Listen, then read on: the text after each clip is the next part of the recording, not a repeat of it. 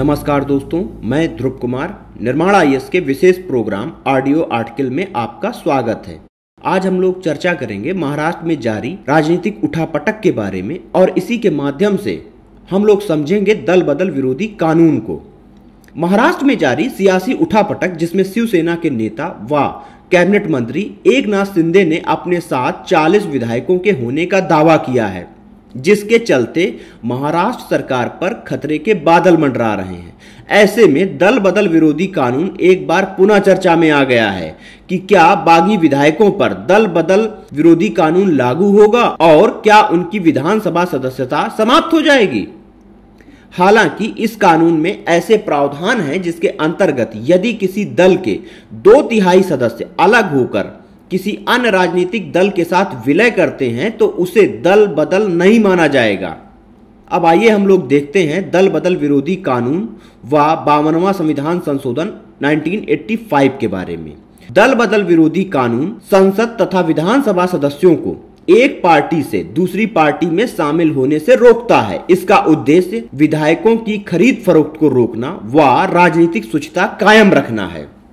दरअसल 10वीं अनुसूची को दल बदल विरोधी अधिनियम के रूप में भी जाना जाता है, जिसे 52वें संविधान संशोधन अधिनियम 1985 के माध्यम से संविधान में शामिल किया गया था और यह किसी अन्य राजनीतिक दल में दल बदल के आधार पर निर्वाचित सदस्यों की अयोग्यता के लिए प्रावधान निर्धारित करता है।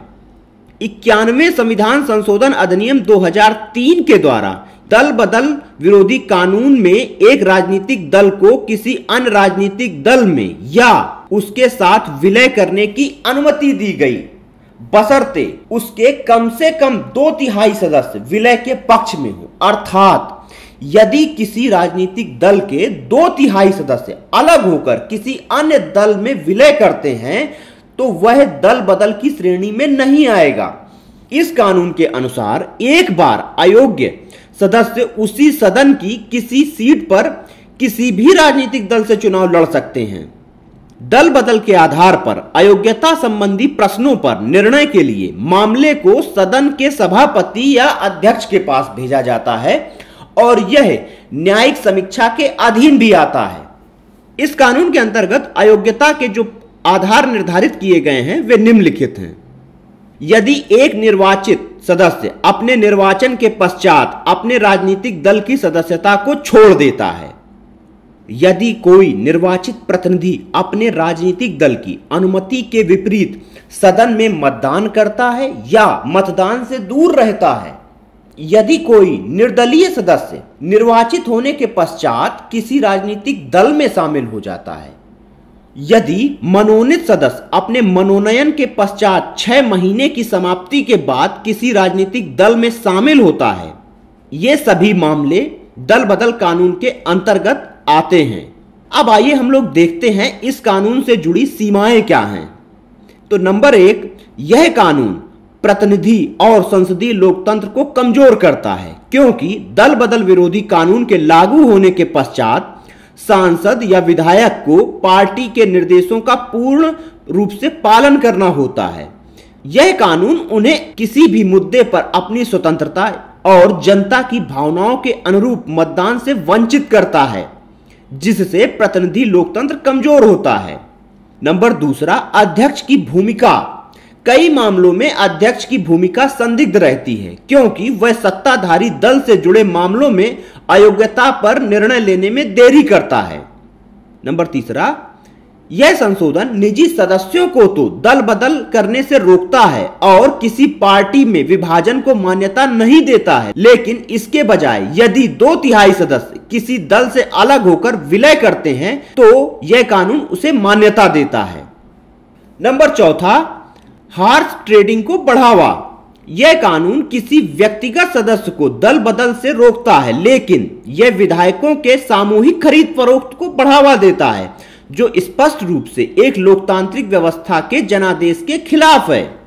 अब आइए हम लोग समझते हैं कि इस कानून के लिए क्या सुझाव दिए जा सकते हैं। तो सर्वप्रथम दल बदल के मामले में अंतिम निर्णायक प्राधिकारी चुनाव आयोग को होना चाहिए। इसके अलावा राष्ट्रपति और राज्यपालों को दल बदल याचिकाओं पर सुनवाई करनी चाहिए। इसके साथ ही सर्वोच्च न्यायालय का सुझाव है कि संसद को उच्च न्यायपालिका के एक सेवानिवृत्त न्यायाधीश की अध्यक्षता में स्वतंत्र न्यायाधिकरण का गठन करना चाहिए ताकि दल बदल के मामले में तेज और निष्पक्ष रूप से फैसला किया जा सके। कुछ कानूनविदों का मानना है कि यह कानून विफल हो गया है और दल बदल पर नए सिरे से विचार किया जाना चाहिए। अतः हम लोग कह सकते हैं कि सरकार की स्थिरता यद्यपि एक बड़ा मुद्दा है, लेकिन इसके साथ ही पार्टियों के आंतरिक लोकतंत्र को भी मजबूत किया जाना चाहिए, जिससे सभी प्रतिनिधियों को अपनी बात रखने का मौका प्राप्त हो सके।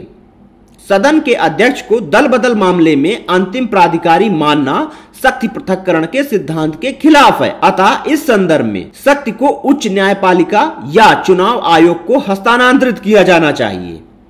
आप लोग करंट अफेयर के बारे में और अधिक डिटेल में जानने के लिए हमारी करंट अफेयर क्लास से जुड़ें, जो हमारे मृत्युंजय सर लेते हैं। इसके अलावा आप लोग हमारी निर्माण IAS वेबसाइट पर भी विजिट करें, जहां आपको ज़्यादा से ज़्यादा अच्छा कंटेंट प्राप्त होगा। इस टॉपिक में इतना ही। धन्यवाद।